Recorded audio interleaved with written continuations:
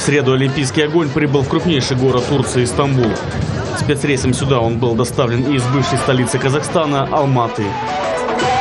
Это вторая остановка символа олимпийского движения в факельном марафоне протяженностью 137 тысяч километров. Эстафета началась с церемонии зажжения факела в историческом центре Стамбула на площади Султан Ахмед. Любимице местной публики, фигуристке Тубби Гарадемир, была оказана честь первой пронести факел от площади Султан Ахмед вдоль побережья Босфора.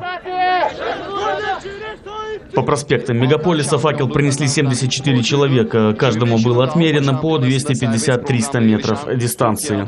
Общая протяженность маршрута более 25 километров. Уже в пятницу «Олимпийский огонь» отправится в Россию, в Санкт-Петербург, а оттуда проследует в Лондон, а затем в Париж.